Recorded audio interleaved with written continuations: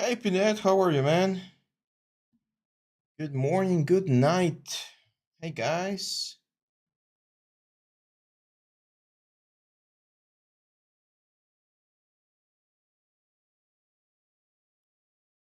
Give me just 1 second. I'm just setting everything up.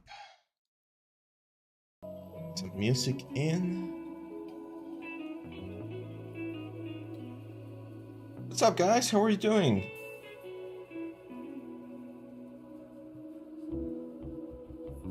What should we do today? Any ideas? Any suggestions?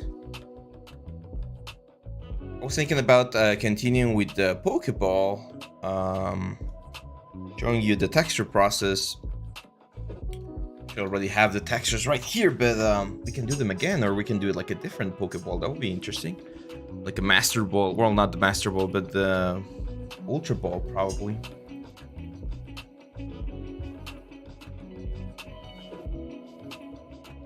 What are you guys thinking? Or should we do some ZBrush? You want me to do like a creature, like a character or something? There's a lot of stuff we can do.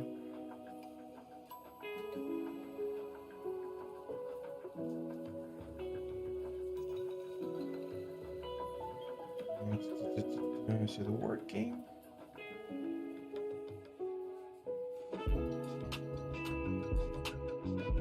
Unit says, when I create a turntable in Marmoset, all the perfect shadows on the ground are gone. Oh yeah, I know what you mean.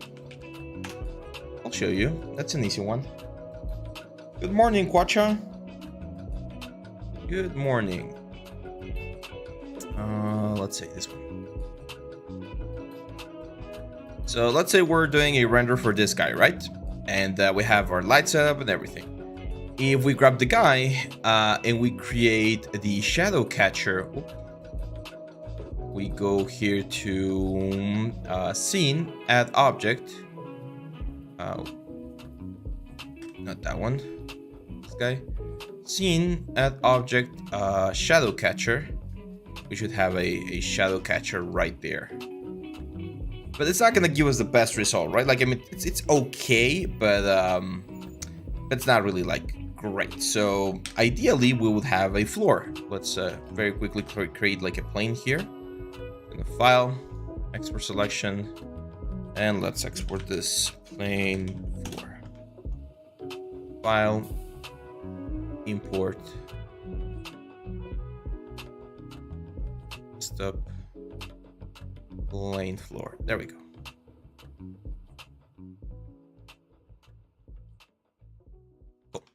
So we can, of course, transform this guy and just move it, scale it, and this is our floor. So right now I am using ray tracing here, or I'm actually not using ray tracing. If I turn on ray tracing, you can see we get some really nice looking shadows here on the ground. However, if we animate this, if I go to this guy and I say scene, add object, and I add a turntable, when we go to the animation options and we render, we get really ugly shadows. That's a funny one. We need to parent the eyes. Where are the eyes? We need to parent the eyes to the turntable as well. There we go. So the reason why this happens, my friend, is because even if you have like a super powerful graphics card, you won't have enough power to render ray tracing in real time with Marmoset. Like it's not really like built to do that. So what happens is when you hit render, as you can see, we switch from ray tracing to like no ray tracing. And even though it looks okay, it doesn't look as nice as with ray tracing. So if you want to export this, or if you want to have this turntable as an animation, you need to go to render, and you need to render the image or the video. If you go here to the main camera, or in my case to the shot cam, let's go to shot cam. This is my shot cam. So let's say I want to render this like turntable right here. If I want to do that, I need to go to my shot cam, and down here where it says actually no, in the render options, down here on the output, you can either output the image sequence or you can output the video. Normally, I would recommend outputting an image sequence so that if it crashes, you can recover some of the work. But if it's not a problem, you can render the full video like with this, like an MP4. So yeah, I have an RTX 3080, and still like it needs a little bit of time for the ray tracing to do its job, right? So if you want to get the best possible shadows and rendering, you need to turn on ray tracing on, and you need to render out so that you get the final result. Hey Ariane, hey Ariane Sonny. You guys have the same name? You guys like, you guys know each other? It's funny. So yeah, that would be my answer to the what's the word, to the ray tracing question. Like that's one of the things that you can do. Make sure you turn on or you render the video out, not just because again, if you just click here, you're not gonna get the same like a bounce light, and you can see it on the skin. Like if you take a look at the skin right now, that looks really good. But if I change this to, or if I turn off the ray tracing, this is what we normally get. So the difference is quite big, right? And that's why ray tracing is so good. Even in the eyes, like look at the eyes. These eyes look, I mean, they look okay, but they look like a doll's eye. And when I turn ray tracing on, they look more natural because of the shadows and of the refraction of the light and everything. So yeah, whenever rendering from Marmoset, always render the full image or the full video to get the best results. Hi, Drumil Edits. How are you, man? Welcome to the stream. Today it's a special stream. We are in the at the end of the month. We have very few days left, 3 days left. By the way, I know you guys already know, but we have this like a super promo going on the Udemy. If you guys want to get any of our courses, you can do that as well. I do have this character that you see right here. This is from the Marmoset course, the Marmoset rendering course. Arian asks, can I use Unreal 5 with GTX 1650, 16 GB of Ryzen 5? Yeah, you should be able to. You should be able to. That seems like a nice setup. Ferran Santamaria, hey man, how are you? You turn on ray tracing, but the shadows on the ground are gone. You're gonna have to check what material the ground has. It might be that if you're using, again, the shadow catcher, that's not as good as having an actual plane. I'll show you. So if I say scene add object and we add a shadow catcher, it's like a semi-transparent thing, so it doesn't work as well as you can see right there. Even if we turn this off, it's there. It's again like catching some shadows, but it's not great. So I would recommend getting a plane, like an actual plane on the scene. That's gonna give you a better result. You use a turntable created in Maya. That do you mean the animation or do you mean the floor? Sure, Arian, I can do that. Send me an email with your file or your link, because I can't, for some reason we can't share links on the stream. So send me an email to my email. Let me know when you've sent it, and I can take a look at your scene. We're gonna have the portfolio review next at the beginning or the middle of next month, but I can take a look at it. Okay, if you exported or imported the floor from Maya, make sure that the normals are good, make sure that UVs are good. Even though UVs are not usually necessary for shadows, they could create some sort of issues, so make sure you got those working. Also, if you want Punet, we can you can share me that scene for the next portfolio review, and I can take a look as well for that one. Hello there, Luis Santana. There we go. Cool. So yeah, I think today it's a good idea to do the Pokeball. Let's work on the Pokeball. So I've already done the textures. I actually recorded the video a couple of days ago, but I didn't upload it because we had the special Black Friday announcement, which is still going on, by the way. And but yeah, so as you can see, if we go here to UV and UV editor, this is what we got. This one is combined because of this. There we go.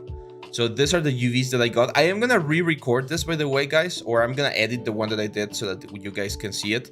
But these are the UVs for the Pokeball that we have right here, and I want to go through the texturing process inside of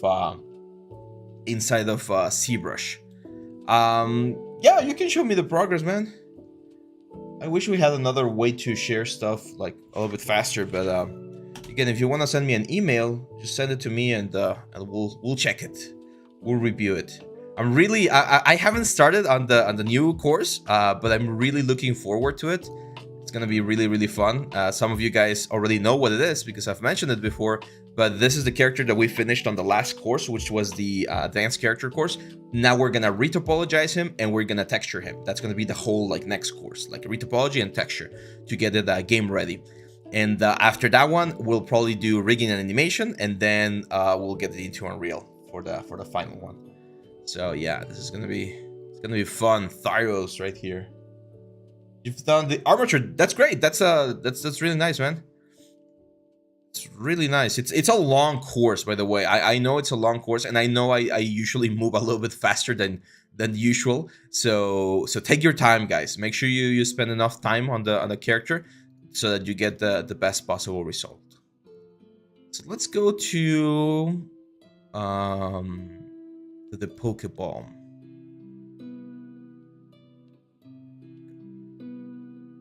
Now I'm gonna do something a little bit different because I've already done like the normal Pokeball. So if we look Pokeball types, we should see a lot of different ones.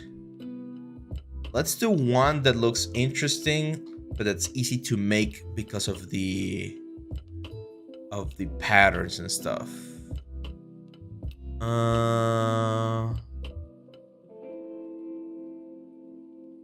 Let me think. Which one of this is interesting? There's a lot of really cool ones. Oh, the Safari Ball. That one looks interesting. Let's do the Safari Ball. Safari Ball. There we go. Yeah, let's do this one. I think it's gonna be an interesting one, so we can talk about patterns. Yeah, this is the email. There we go. Let me see if I can link it on the chat. There we go. Okay, so it seems like Aryan, I got yours. Okay.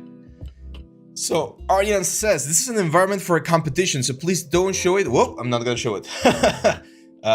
They just saw the thumbnail. Hopefully you're okay with that. Sorry about that. I didn't read that. You're not allowed to reveal it. Okay. Okay. Give me just 1 second. There we go. I really like it. I think it's really good. It's really complex. I would love to show it to the live stream because it's a really good one. It's really fun. The one thing I'm gonna say is I think there's too much light, but that's my personal taste.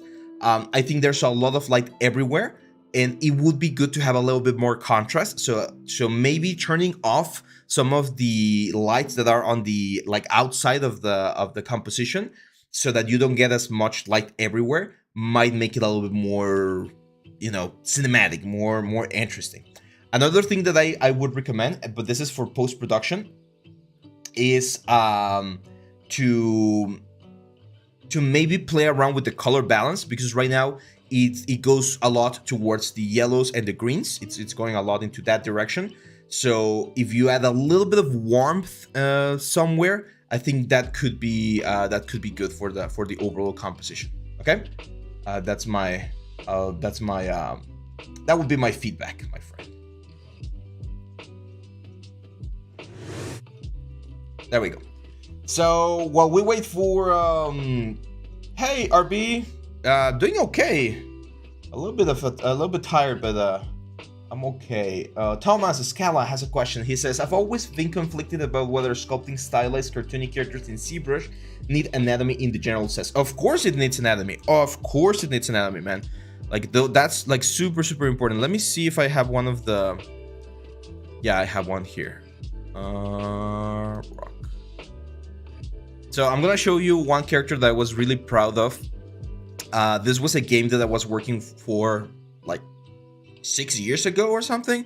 Unfortunately, the game didn't come out, but it was really cool. Where is it? And this is one of my favorite like characters that I did.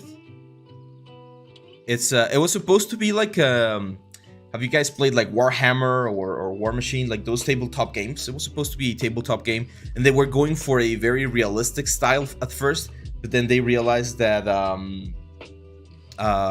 what's the word? I realized no problems, Dr. Manhattan. I'm glad you could sneak in for a couple of minutes. Go for it. Go for the high poly character. That's fine. So it was this game, and there was a point in the production where we recommended, hey, like it will be interesting if we change the look from a super realistic stuff to a little bit more stylized, kind of like League of Legends and stuff, right? And this was one character that I did for that game. I think I do have the renders here.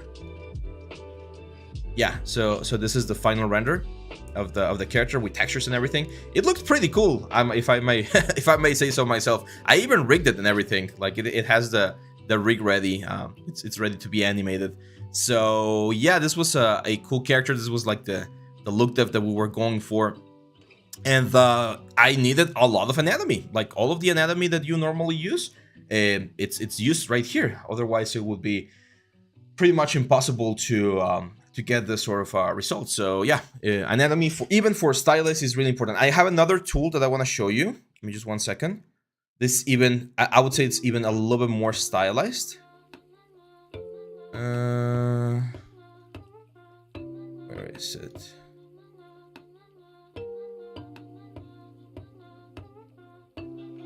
Here. So this was a project that I was doing for a friend, but again, we didn't finish it. He's a trainer, like a gym trainer. So he was trying to see if it was possible to create an app so that you could use that app to look at the workouts if he wasn't there, and you could see like the proper way to lift weights and all that stuff. So it's a likeness. He looks pretty much like this guy. But again, we didn't finish he was gonna be wearing like leggings like that. Well, not leggings, like pants, right? So yeah, like all of the knowledge that you get from learning anatomy, you will apply it to a stylized character. So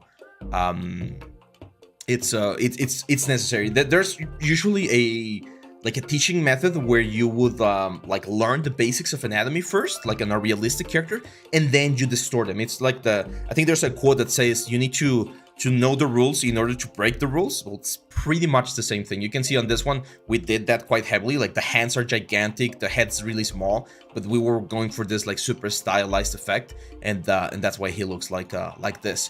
But in order for you to be able to create something really stylized, you need to know the rules so that you can break them. Let's take a look at Punette. Is it okay if I show it, Punette? I think it is, right? He is working on the character. Nice, man. Really nice. I like it. I really like it. I think the hands are a little bit small. I would make the hands a little bit bigger. He's supposed to be a chunky dude. So I would probably make the hands a little bit bigger. Also here on the quads should push out a little bit more here. You can see that the leg looks very straight in this area. So I would probably push the muscle here a little bit more. Do we have a side view or a 3/4 view? Yeah, nice. Nice. Cool. Yeah, I like it, man. Keep going. It's looking good. I'm trying to see if the proportions are right, but they do seem right. I think the legs are a little bit too long, too big. Remember to use the planes technique to check the proportions and make sure that we're still there, because the legs do look a little bit big right now. But yeah, this is great, man. This is a great process. Nice. Best way to learn stylized character. Study stylized characters. Right now, one of the best examples out there is Arcane, the series that they released. Was it last year? I think it was last year. So try doing some studies. Studying is, I know it sounds boring, but studying is really important, right? So I don't have it with me right now, but actually, well, yeah, no, I don't have it. But when I was a student and I wanted to learn like anatomy, I would do like a lot of anatomy practices. So pick a character and just try to learn the stuff that you see on the faces, on the shapes of the faces. Try to stylize a nose. I made a video a couple of weeks ago, or last month I think, about how to learn any 3D skill, and one of the best advices I've ever gotten was break it down into small sections. So let's say you want to do a character like Victor, right, and you want to make a full stylized character. A full stylized character it's complicated. It's not easy to do. It's not easy to do as easily. But if you start just with the eyes, or just with the nose, or just with the lips, and then you do the full face, and then you do like an arm, eventually you're gonna have all of the skills to do the whole thing, and that's how you learn, that's how you grow. Someone here saying, Tomas Scala is saying, Legends of Runeterra. Yeah, Legends of Runeterra artist. Legends of Runeterra is the card game for this thing, and there's so much content, man, so much content, because each card has a full art, and it's just filled with stuff for stylized. And practice is it's the key. There's I've mentioned this guys before, Artisan Guild. I love these guys. I play D&D, you guys know that, and that they do stylized models every single month, and I love these minis. Like, they're so cool, not only because they're really cool as minis, they're really cool as what's the word, as collectibles. I have a pile. Let me see if I can show it. It's gonna be very dirty, but bear with me. So right there on the top, that's all of my collection for my minis.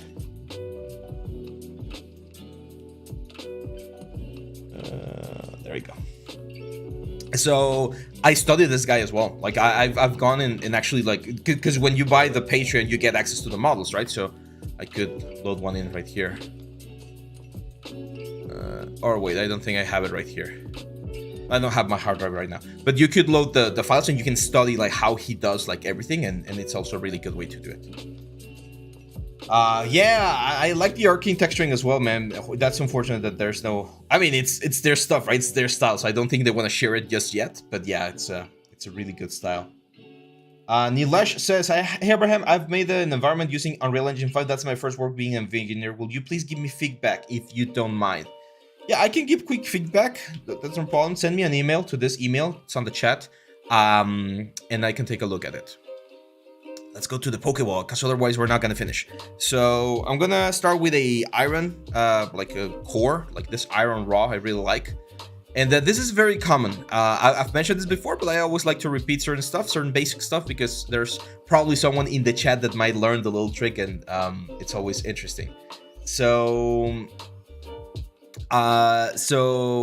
these lines that you see right here, these are the UV seams on the object, and you can see that I have two UV seams right there and right there. There's a very easy fix with this sort of stuff. You just change the projection from UV projection to triplanar projection on the material, and that pretty much fixes it. You will get a slight like blend on the corners of the object, but for materials such as this iron raw thing, it shouldn't be that much. So as you can see, we get a really interesting effect. We also get a little bit of a corner thing right here. We can try reducing the hardness a little bit. That's, as you can see, it's gonna fix it a little bit more. It's gonna give us a softer result. Or we can just go to the object and say, hey, you know what? I don't want to use height map. I just want like the color, the texture map, which I think is pretty much what we want. Or we can keep the height map, but we can go to the height channel, and we can lower the intensity of the height information to like just like a 10%. That way it's not as noticeable. Ruben Andrea says, isn't it sad that one day it will be so easy to make this with AI just by typing some words? You mean the concept art? Yeah, it is a little bit sad, I'm not gonna lie. I think you will still need to tweak things. Like I was talking with this with a friend a couple of days ago. The job is not gonna go anywhere, right? Because you're still gonna need someone to like tweak it and move it around and create exactly the piece that you want. But it's gonna bring the entrance like bar way lower, which it could be a good thing for certain parts of the world. For instance, for countries such as here in Mexico, we don't have such a big industry for games. So being able to get very nice concept art without having to spend that much money is an advantage. But at the same time, yeah, it's sad that that the bar is being lowered that much. But I was reading a review or a comment a couple days ago as well. And the unfortunate thing is that there's no way to stop it, right? Like there's no way to stop all of this AI generated stuff from happening. So yeah, it's gonna happen. So we either embrace it and try to find the best solution and the best like utility to it, or we just are gonna be out of a job. Yeah, I do think that's another unfortunate thing that we're not gonna be appreciating as much as what we do now. So this is the iron raw damage. That one looks fine. Let's start. If we take a look at the Safari ball, you're gonna see that we have this camo pattern on top, and then we have the white paint on the bottom. So for the camo pattern, I don't think I have a camo pattern by default, but we can get one real quick.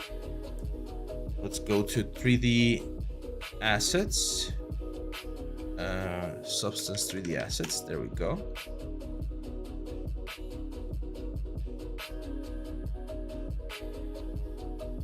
Okay. So here in the substance 3D assets, we can just look for camo or camouflage. And the only thing I want is the pattern, right? So we should be able to find a pattern that looks very, very similar to the one that we want. As I can see here, it's like brown, dark green, and like this one right here is not that bad. Oh, this one looks very interesting. I know this is nylon, but even if it's a cloth, we can still use it. This one looks really close, I think.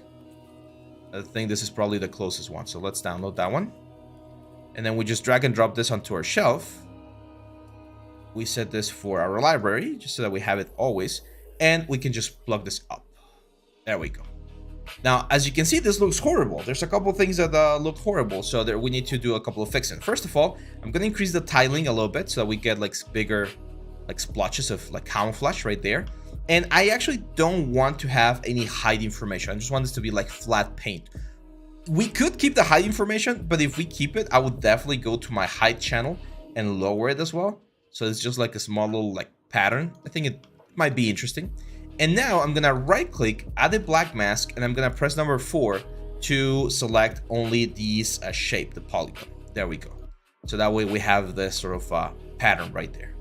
Now I do want to go down here, and I do want to increase the saturation of the object, because you can see this looks very washed out, and I mean we get a nice color, but I would like to get some more greens.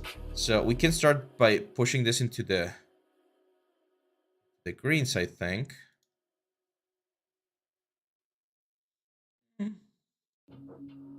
Oh, there we go. Here are the colors. So color 1, here's what we can do. If we have the image right here, or on this other side, give me just 1 second and I'll answer the questions. I'll check in just a second, man. Give me just 1 second. So this is the first color. And then this is the second color. This is the third color. But the proportions are a little bit off. There's actually like a fourth color, which I can't seem to find. I think I want to do this. Is going to be the light green color. There we go. And then this. Or this is going to be like the beige color. And then this one I'm going to use the dark color. There we go. That looks a little bit better, I think. I still think we're missing a little bit of green. Wondering if all of this is dirt. No, see. There's another color there. Really interesting. Let's see if we can find it. I don't see it though. Okay, let's answer some questions and I'll continue. Sí, Sergio, soy de México. Yo vivo en Saltillo, acá en el norte. ¿Tú de dónde eres?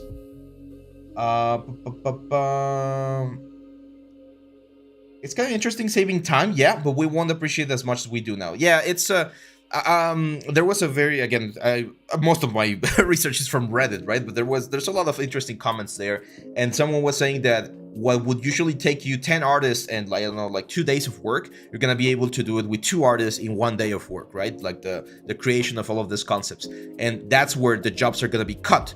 But then the art that is produced, it still needs to be tweaked and polished to get sure that it works for a production. So that's where some more work might appear.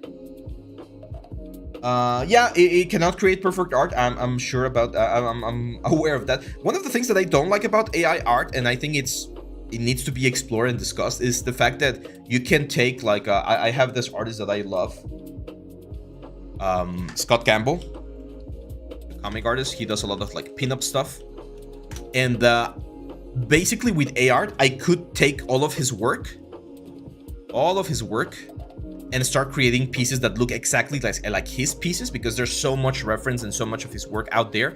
And then I think that's plagiarism. I think that's stealing. I think that's completely wrong. So there has to be some sort of like control with this AI stuff, but we'll have to see how it moves in the industry. I just now sent it to you. Okay, let's take a look.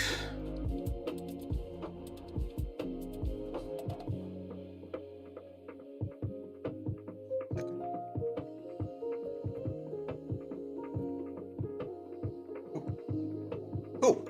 So yeah, we have this. Looks interesting. Let's take a look. Okay, not bad. Not bad.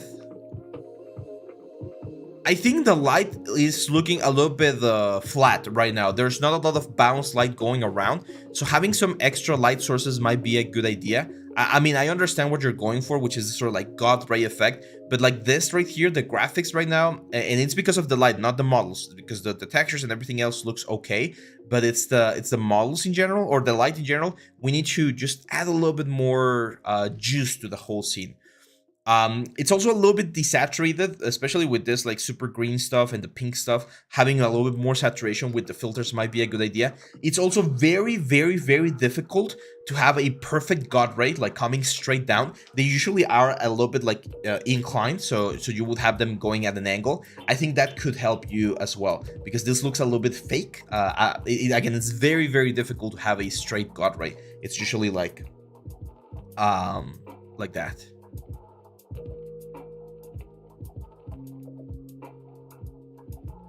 Okay, this is a good sign that we're growing as a channel. We're starting to get some interesting comments in here. That's unavoidable. Okay, so let's bring now a black plastic mat. I'm gonna do a black mask as well, and it's gonna be down here. And this is gonna be white. Now, I never go again like full a white right here, because it's gonna make it impossible to add more white if we want later on. So I'm gonna go for like a nice, like a middle high gray right there. Nice. And then I'm gonna use a plastic glossy, and that one's gonna go on this pieces right here, because this is gonna be again like a nice bright white. I think the safari ball, yeah, it's like that. And there we go. Now for the inside here, on the models that I showed before, I did use the carbon fiber, which I think looks very nice. I'm gonna bring this all the way to the bottom. And the carbon fiber is fun because I'm also gonna use a black mask, because we can increase the tiling. And as you can see, we're gonna get this very cool little pattern here. I'm also gonna change this to triplanar projection. Probably bring the tiling down, something like that. And it's just gonna make it look a little bit more realistic, right? Which I think it's a good idea. Citan, yeah, you can send me the file. The email should be up here, but I think this is again. So if you want to send me something to take a look at, there we go. Also, guys, remember that at the middle of next month, which is gonna be December, we got Christmas. We're probably gonna do a Christmas week, by the way. But December is probably gonna be December 10 and 11. We are gonna have our portfolio review. So in 2 weeks. The link should already be up, but I'm gonna make sure to upload it tomorrow as well on the channel, so that you guys can follow it as well. Cool. Now let's add some scratches. The scratches are always interesting. So let's go to our camouflage right here. I'm gonna right click and I'm gonna add a generator. I'm gonna add a generator, and I'm gonna add a metal etchware. The metal etchware generator. Let's go to the base color. There we go. Metal etchware generator. There we go. Now here, what I'm gonna do with one thing I forgot to do. I actually forgot to bake the maps. You need to bake the maps so that it knows the curvature and all that stuff from the element. So let's go here real quick. And the metal edge generator, what it will do is it will allow us to get like a very nice like sharpness, the sharpness of the element. There we go. So what I'm gonna do here is if I go to the layers and I go to the metal edge where we can invert this, and now as you can see we get this very nice like damage. But it's overriding the original mask that we have. So one thing that we need to do is we need to change the metal edge to multiply, so that it multiplies against the top layer mask, and that way we only get it right here. Look at that. Great, right? That's what we're going for. Now, another thing that we need to do, because as you can see, this is one of the most common things that I see on your portfolios, which is you keep the metal edge exactly as it is, and it is going to give you the metal edge effect, but it's going to be everywhere, and that's not usually how it happens, right? Like you're usually going to have it a little bit more in certain areas and a little bit less in other areas. So what we can do here, there's a couple of things, but the one that I like the most, this is one of the tricks that I've shared before. You use a fill layer, and then on the fill layer, you use something like clouds, like this clouds 3, for instance. You increase the contrast quite a bit. You can play around with the balance like this, and then you multiply this one as well. Or in this case, I think we need to divide. There we go. So by dividing, what's going to happen now is, as you can see, we're going to get rid of some spaces, like right here. We get back the cloth. Now, if we're getting everywhere else, we can use another fill layer and just like paint out, or just like a paint layer instead. I'm gonna use a paint layer, and I'm gonna fill in like all of these geometries again. There we go. So now we have this clouds thing, and we can play around with the balance to get more or less, as you can see, metal edge on the cloth, which again gives us a very nice, interesting effect. Any guesses when we got our new course for the high poly character? I'm trying to see if we can get it by the end of December, by like Christmas and stuff. But if not, it's probably gonna be early January. Because, well, as you guys know, we got Christmas and New Year, and it's always very hectic with all of the parties and gifts and family and everything. We celebrate Christmas and New Year's quite heavily here on Mexico. So yeah, it depends. If I can move fast enough, I'll probably have it by the end of December. If not, it's gonna be at the beginning of January. Sithan sent the file. Let's check it. Okay, let's take a look. This is the reference, from what I can tell. It says reference 2, reference 1, and this is the output.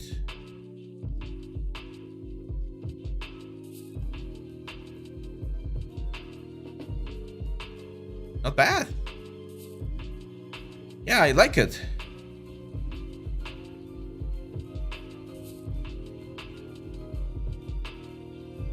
Nice. I mean, the modeling is great. The texture looks good as well. I think the rendering, I'm not sure if you're using like a fake HDRI, which has just like the basic stuff. But if you go for like a studio HDRI, which there are some of, you might be able to get some more realistic looking metals, because it looks like a render, like a product render. If that's what you're going for, then that's great. And also there was a shot there with the emissive. I think the emissive looks a little bit weird. I'm not sure if we need more intensity or less light so that you can see the emissive glow a little bit better. But it's a great model, man. There's a couple of angons here and there, a couple of things that could be improved. But to be honest, for product rendering, it really doesn't matter. Like the crown, I know the crown has a lot of it's a huge angon on the front. It's fine because it's not gonna deform. That's a good one, man. I like it. Cool. So let's continue over here. Now I'm gonna go to the plastic right here. I'm gonna again right click, add the generator, and we're gonna add get a metal edgeware generator, and then we're gonna multiply this, and we're gonna invert it so we get this. That one looks pretty nice, I would say. So I'm gonna keep that one. But I do want to add another feel, and there's a very cool one that's called the scratches. By the way, I know that I've been doing a lot of promotion, but it keeps us going, man. So just so that you guys know, the Black Friday sale is still ongoing. It's the Black Friday Cyber Monday sale. So if you want to learn anything about 3D, we have pretty much all of our courses available with a 90% discount at Udemy. Just check the link down here, and if you go to the Udemy site, you can use this promo code BF2022, and you can get all of our courses for 90% off. The offer is going to be valid, I think, until Tuesday, but you might not want to miss it. So BF2022. Let's multiply this and invert this. There we go. And we get this very cool scratches on the bottom part of the Pokemon. What else? What else can we do? What else can we add? Any suggestions? What do you guys think? This looks quite nice, I would say, but I think the color on this, like, things are a little bit like weird. So I'm gonna right click and I'm gonna add a filter. And I'm gonna use only a color, only a filter of the color. And we're gonna use this hue, saturation, and level, and we can saturate this a little bit more, and maybe bring the colors down a little bit. I want to make this thing look a little bit more realistic, so there we go. Hey Abraham, will you make something like a Christmas special week this year? Yeah. I'm we did the Halloween week this last October, and it was a huge success. I think we did seven different sessions with like spooky stuff. So I think it might be a good idea to do a Christmas week. There's probably gonna be the Christmas week previous to Christmas, and then I think I need to talk to the rest of the team, but I think I might be taking 1 week off, just 1 week of vacation, just to be with the family and get some rest. But yeah, we'll see. Let's do some dirt. I'm just gonna go for the rust. Rust is probably the easiest way to get some damage on top of an element. So I'm gonna use this rust sphere right here. Right click. This one's gonna be on top of everything, so I'm just gonna right click and I'm gonna assign a new, again, a generator, and we're gonna use the dirt generator. There we go. But this is the problem, right? Like, this is what I've been mentioning about generators. Generators are really, really good, but the problem with generators is that they affect everything like uniformly, and you don't want that because you are gonna need to break things up a little bit. So I'm gonna add a fill layer, and I'm gonna add a clouds again, like this clouds 2. I'm gonna increase the contrast, and look how this is. It's pretty much like magic. I'm gonna increase the contrast quite a bit, and what's gonna happen is if I multiply this, it's gonna remove dirt from certain parts. I do need to go to the dirt and change this to triplanar. And also here, I need to change this to triplanar. There we go. And that's it. So now, as you can see, we are going to have rust, but it's not going to be everywhere. There's going to be certain parts of the Pokeball that has a little bit more rust than other things. And I normally like to change this to like an overlay to make it darker. And that's going to give this a nice effect right there. Gurav Das, when do you get free time to play games? That's a great question. I try to, like, my schedule is, I would say, flexible enough. So sometimes I'll play a little bit before I start my workday, like at 8 a.m. or 9 a.m. And then sometimes I'll play at the very end of the day. Sometimes if I'm waiting for a render, I'll play in the middle of the day a little bit. I've been trying to move to mobile game a little bit more. So I'm using this Steam Link thing, so now I can play on my phone even if I'm not here at the studio.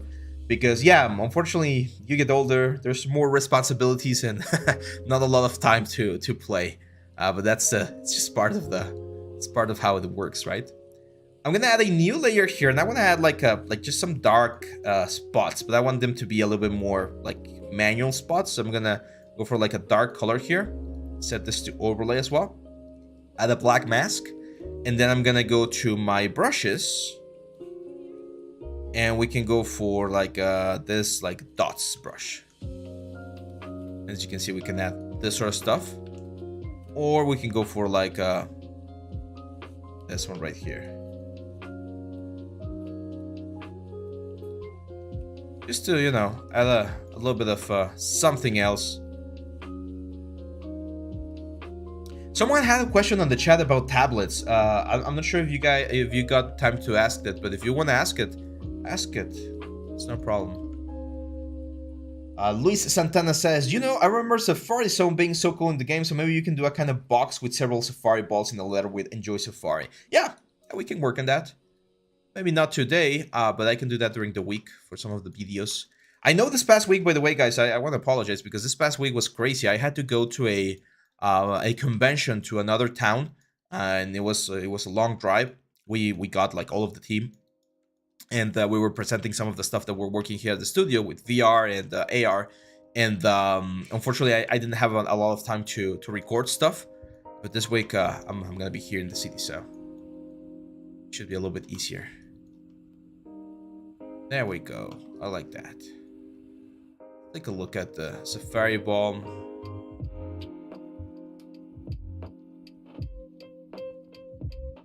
Safari Ball. Let's see what we got here.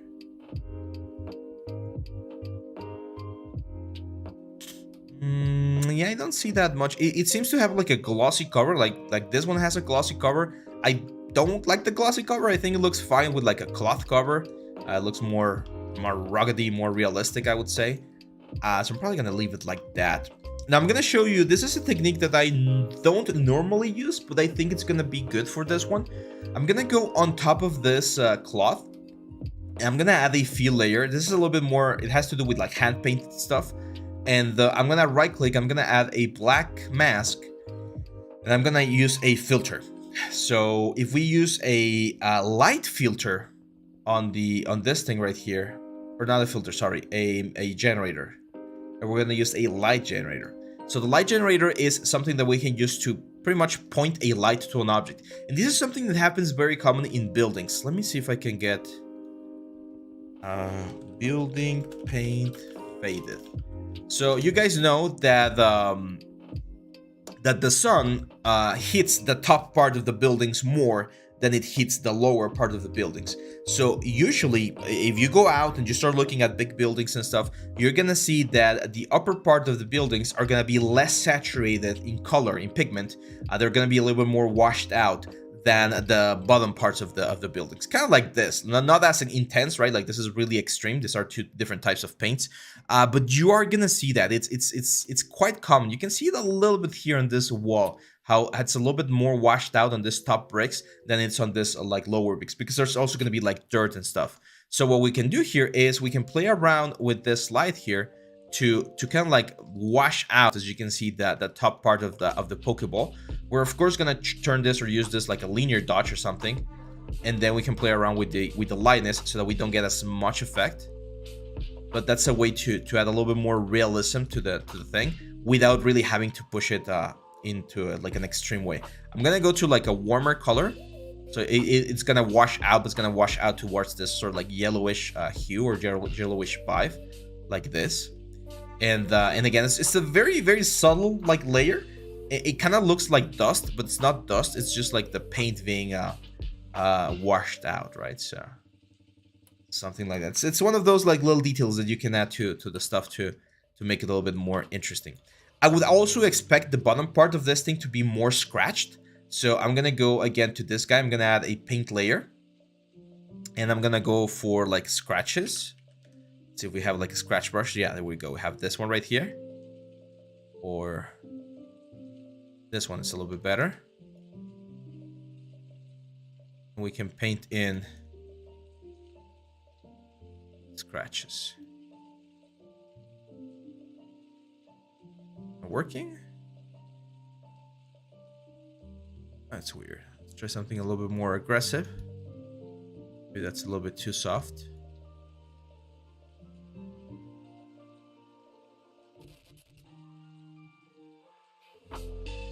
Huh. Oh, I know why that might be. Let's add another paint layer. Or let's just add a fill layer. I'm gonna add the scratches here.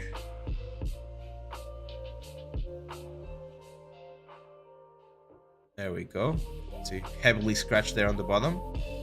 Could even make it a little bit more intense. And then we can add a black. We're of course gonna multiply this.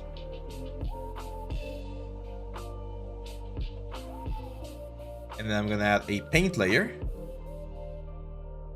Let's go for our brushes.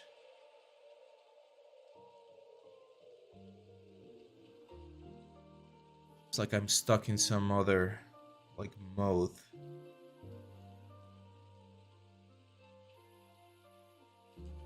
Oh, it's trying to do this. There we go. There we go. Now we can just cover some of this, or we can just go for like a dirt. There's stuff. Don't worry about the sections where I'm going over. We're gonna just fill this and fix this. So what I want to do is I want to have the bottom part of the Pokeball be more scratched than the top parts, because you would expect there to be a little bit more damage where it normally like rotates around and stuff, right? So there we go. Now I'm gonna press number 4 and I'm just gonna fill in all of these pieces so we don't get any damage. And you can see how by combining all of these masks, we started with a very simple matte ledge where we added big scratches, we added small scratches or really heavy scratches, and then we painted out some of them. We create something really interesting that no one else is gonna have, because we have the control on top of this thing, right? This is very important, because when you use the generators, everyone else on the world that's using the generators will get pretty much the same result. So by going in, oh god, by going in and actually painting some of the stuff, you're gonna get a more interesting effect. Actually, when I go to this guy right here, and I'm gonna add another paint layer, and then I do want to remove some of the cloth here, kind of like again showing the inside of the element. Thanks, man. The background music's too high. Is that better?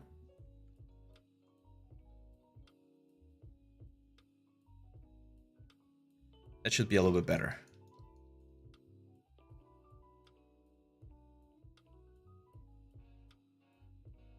Yeah, let me know if my voice is too low or the music is too high. You can see we can add some of this like small little hits here and there to show a little bit of the metal, like damaged cloth, torn cloth.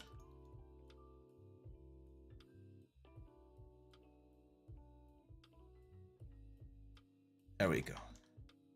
That's it. We got the texture. Not bad, right? Not bad. So I'm gonna file and export the textures. I do have the Pokeball one. I think. Assets. Pokeball. We've done so many things. There we go. I'm gonna create a new folder called Safari, because I already had the original like the original elements, and we're gonna export this. I'm gonna export this actually in the Unreal Engine 4 packed. I'm gonna show you why. I want to do the render inside of Marmoset, not inside of Maya. There we go. So if we open the directory, this is what we get. We our color map, we get a normal map, and then this thing that has all of the information. So let's save this file. Save. This is gonna be Pokeball Safari. There we go. That should be it. Now let's go to Maya real quick, and we need to export out the Pokeball. Now, as you can see, these two things have different materials. That's fine. That's actually what we want. It's gonna make it a lot easier. So I'm just gonna say File, Export Selection. Let's go back to our project. Let's go here. And we'll call it Pokeball. Okay. And now let's go to Marmoset. There we go. So Marmoset is one of the softwares that I really, really like. It won't give you the most exact render because it uses other types of calculations, but it will give you really cool renders. So it's a really, really good way to create something interesting. Here, I'm just going to drag and drop the Pokeball. There you go. And as you can see, we already get the materials here. This is the standard surface, which is on the ring. And this is the surface, the material that we're going to use to build our material. So there's only one very important thing that you need to know about using these textures right here, the Unreal Engine 4 pack textures. And that's the fact that these one right here needs to go into the channels. Every single image is made out of 3 channels, red, green, and blue. And what this special image does, it saves information on those channels so that you don't have as many textures and you save a little bit of space. So let's start real quick. Let's start with the color. I'm just gonna drop the color into the albedo map. As you can see, it looks quite nice. We're gonna drop the normal map now, which is this one right here. There we go. Looks nice as well. If the normal map is inverted, you just click this flip Y, and you're gonna get the proper direction of the normal map, which I think this is the proper one. But as you can see, it's very glossy, right? Everything's very glossy still. So to fix that, we need to add the last one, which is the this one right here. That looks like a clown texture. And the way that works, as you can see here on the name, it says occlusion roughness metallic. So the occlusion map will go down here into the occlusion tab. We need to create an occlusion channel, and we're gonna add that one right there. And it's the red channel, yeah? So you can see it right there. It's like a small little shadow that we get. I think it's pretty obvious. And it allows us to have a little bit more contrast on the whole thing. Then the roughness is the second channel. It goes here on the roughness map, but we're not selecting the red channel. We're selecting the blue channel, or the green channel, sorry, the green channel. So this will tell us how the roughness is supposed to be used. And finally, the metalness is going to be on this one right here. And this is going to be the blue channel, so that the metal bits look like metal bits. Now, if for some reason the roughness map looks wrong, you can of course tweak it here. You can try to invert it. We're going to get a more like matte effect, depending on what you're going for. It should be like working exactly as it was doing on the Substance. So this is the thing that we had in Substance. Just make sure that the sRGB color space, we need to turn it off. This is very important. There you go. Now it does look like the one that we had in Substance Painter. The sRGB, I've explained it before. It's this like transformation of colors that you get in certain softwares that makes the blacks and the whites of an image be different than they are supposed to be, and you get a correction that pushes the values into some other stuff. Hello, SM Milanche. Yeah, Burning Bright, you can send me some stuff. I'm just like reviewing like one piece or two. We're gonna have the portfolio reviews in 2 weeks, but if you want to send it, I think I did link the email up here. Let me get it back there. There we go. So yeah, that's it. Now for this one, this is a simple one because the only thing I want to do is I want to go to the emission tab. I'm going to create an emissive option, and I'm just going to give it like a red emissive. And then we can increase the intensity and the glow, where we're going to make it glow. There we go. Now to really see this thing working, we are going to need the ray tracing. When I turn on ray tracing, you're going to see that this glows a little bit more. And of course, if we reduce the amount of brightness on the scene, you're going to see how that thing is glowing. We can have no glow or a little bit of glow. You could even, I think you can animate this thing, by the way. So if you're going to do an animation where you're like catching a Pokemon, you could do it this way as well. Let's just keep it like this. And now here is my quick light setup. If you don't know what to do for a setup, for a render setup, I always recommend the 3-point light setup. It's just so easy to do, and it gives you a really nice result.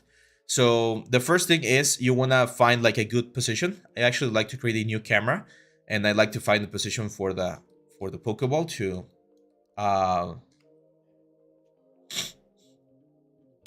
do this. I'll show you how to do that, at least. Give me just 1 second. So once you find a good angle, you might want to change the field of view, so we can go for like an 18. It's gonna really distort things, so it's gonna look really interesting. Or you can go higher to like a 55 to keep it like flatter, like this. I like to go to the sky, and I like to bring the brightness really down, like this. Now I'm gonna jump to my main camera again, and I'm gonna start placing the lights. And usually the 3-point light setup, you're gonna have one light coming from either the top right or the top left. So in here, I'm gonna add just like a light bulb right there. Again, if we jump to our camera 1, you can see how this one gives us a very nice shadow. And on the light, we can of course place with the intensity of the light. I like to play with the diameter, which is gonna soften the shadows. As you can see right here, if we have a really low diameter, you get these really ugly shadows on the border. But if you start increasing the diameter, you're gonna get softer very nice looking shadows. I do like using color on my lights always, so I'm gonna make this a little bit warmer, just a little bit, something like that. And probably rotate the camera a little bit like this. There we go. And again, we can play around with the intensity. Probably like, let's go for a soft light first. Let's go back to our main camera. And I'm going to have a rim light. The rim light is a very important light because it's going to separate your object from the background. Especially when you don't have a background, the rim light is super, super important. I also like to increase the diameter. And we can also play around with the brightness. Some people like to go really, really intense on the rim light. I prefer to keep it a little bit lighter. Something like this. I do like to play with color again. So going for like a blue light might be interesting here. Let's go back to our main camera. And I'm going to just move it back a little bit more. Go to a perspective or to, there we go. Because I don't want this to be like everywhere. And now that we have this, we're probably going to reduce the intensity a little bit. Now that we have this, we can go back to our sky and just bring in a little bit more light so that we don't see things like super dark, right? Like it's just a global light that's going to make things look even better. I don't like using ambient sky, so I'm going to bring the backdrop light all the way down, kind of like a wallpaper thing. Here's one more thing that we can do. We can go to our camera, to the shot cam, and we can turn on the focus, the depth of field. I'm going to do ray trace depth of field. And with this, I can find the focus distance, which in this case is going to be the button right there. And we can play around with this thing right here, which is the focal length. If we bring it high, if we have a very high focal length, everything's going to be in focus. And if we bring it down, we're going to get a lot of like this very interesting like faded effect on the back. I think we don't want this much, so probably something like an 8 might be good. Just a little bit of blur right there on the back side of things. You can of course play around with contrast, with exposure. There's a lot of like values here. These are post effects, by the way. They work really, really well. There's one, the bloom. I think the bloom's gonna really help because it's gonna make especially the light like just glow a little bit more, just a little bit of bloom. Vignette's always fun. In this case, it's not really necessary because we don't have anything on the outskirts of the thing, but it could work. And you can go to some curves, for instance, like a cool curve. You can go for like a glamour shot. That one looks nice. That's interesting. It's a little bit too much. Purple. There's a couple of stuff right here. The burn, high contrast, low contrast. So all of these presets are really, really cool because they get you something interesting. Vivid, warm. I kind of like the vivid one. This one looks okay. Or just default and just tweak it on your own. You can go to the curves and tweak the curves by yourself. You can go, for instance, to the red curve and say, hey, I want things warmer or colder. And this is how you modify. Yes, thank you. This modern day, you're right. It's the f-stop, not the focal length. The higher the f-stop, the sharper everything's gonna be, and this one's gonna be lower with the or more blurry with the lower f-stop. And yeah, that's pretty much it for the render. Last thing you just need to do is just render and just like render the viewport or render the viewport to clipboard, save this image, and you're good to go. This is a nice thing. Finally, one other thing we can do is I could grab the Pokeball, go to scene, and add a turntable. And now if I press a render, the Pokeball is gonna rotate. Just keep in mind that when it rotates, the ray tracing is not gonna work. This is what I was mentioning at the beginning of the stream. When you rotate, the ray tracing is not gonna work. You need to render this out to get the proper ray tracing effect, including the depth of field and all of that stuff. Now, Luis was asking about the textures, and yeah, unfortunately, if you have a UV map, let's go to this one. I think this one has a UV map. It's a really bad UV map. Let's do a quick UV map here. UV master. There we go. So as you can see, this is a UV map. It's a horrible UV map, but it's a UV map. And if we have a lot of subdivisions and we paint something, whatever, do color fill object first, and then we select like a red color, and let's say we paint I don't know, like let's try to do the YouTube logo. I'm not using my tablet, so it's not gonna look as nice, but I'm actually like modeling as well, so that there's volume being created there. And let's grab the black color again.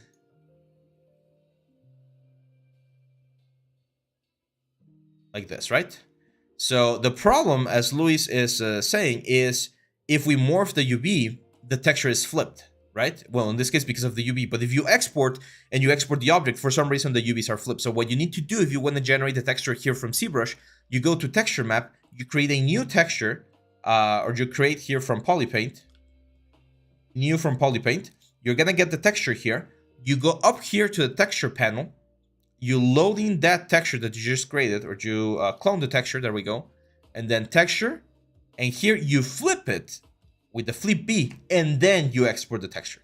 It is stupid, yes. It is time consuming, yes, but unfortunately that's the way it works here inside of ZBrush. So yeah, that's pretty much it, guys. I just want to remind you that we do have our promo sale going on. So if you want to check it out, if you want to support the channel, make sure to share, make sure to subscribe, make sure to let us know what else you guys want to see in the comments of the videos, what other like techniques of softwares you want to learn, because that's how we know what to make for you. And this promo is going to be available for the next couple of days. 90% discount at Udemy. The courses are like $5 or something like that. Believe me, it's I think it's totally worth it. I don't know how Nalin makes it work, but it works. So yeah, just check it out, and I'll see you guys tomorrow for more 3D content. That's it for me today. I am gonna go and have a nice Sunday with my family, and I'll see you back tomorrow for more 3D. Have a good day, guys. Thank you very much for this 1 hour of streaming that we went for. And yeah, thanks for all of the support. Have a great day, great night if you're already about to go to sleep. I'll see you back on the next one. Bye-bye.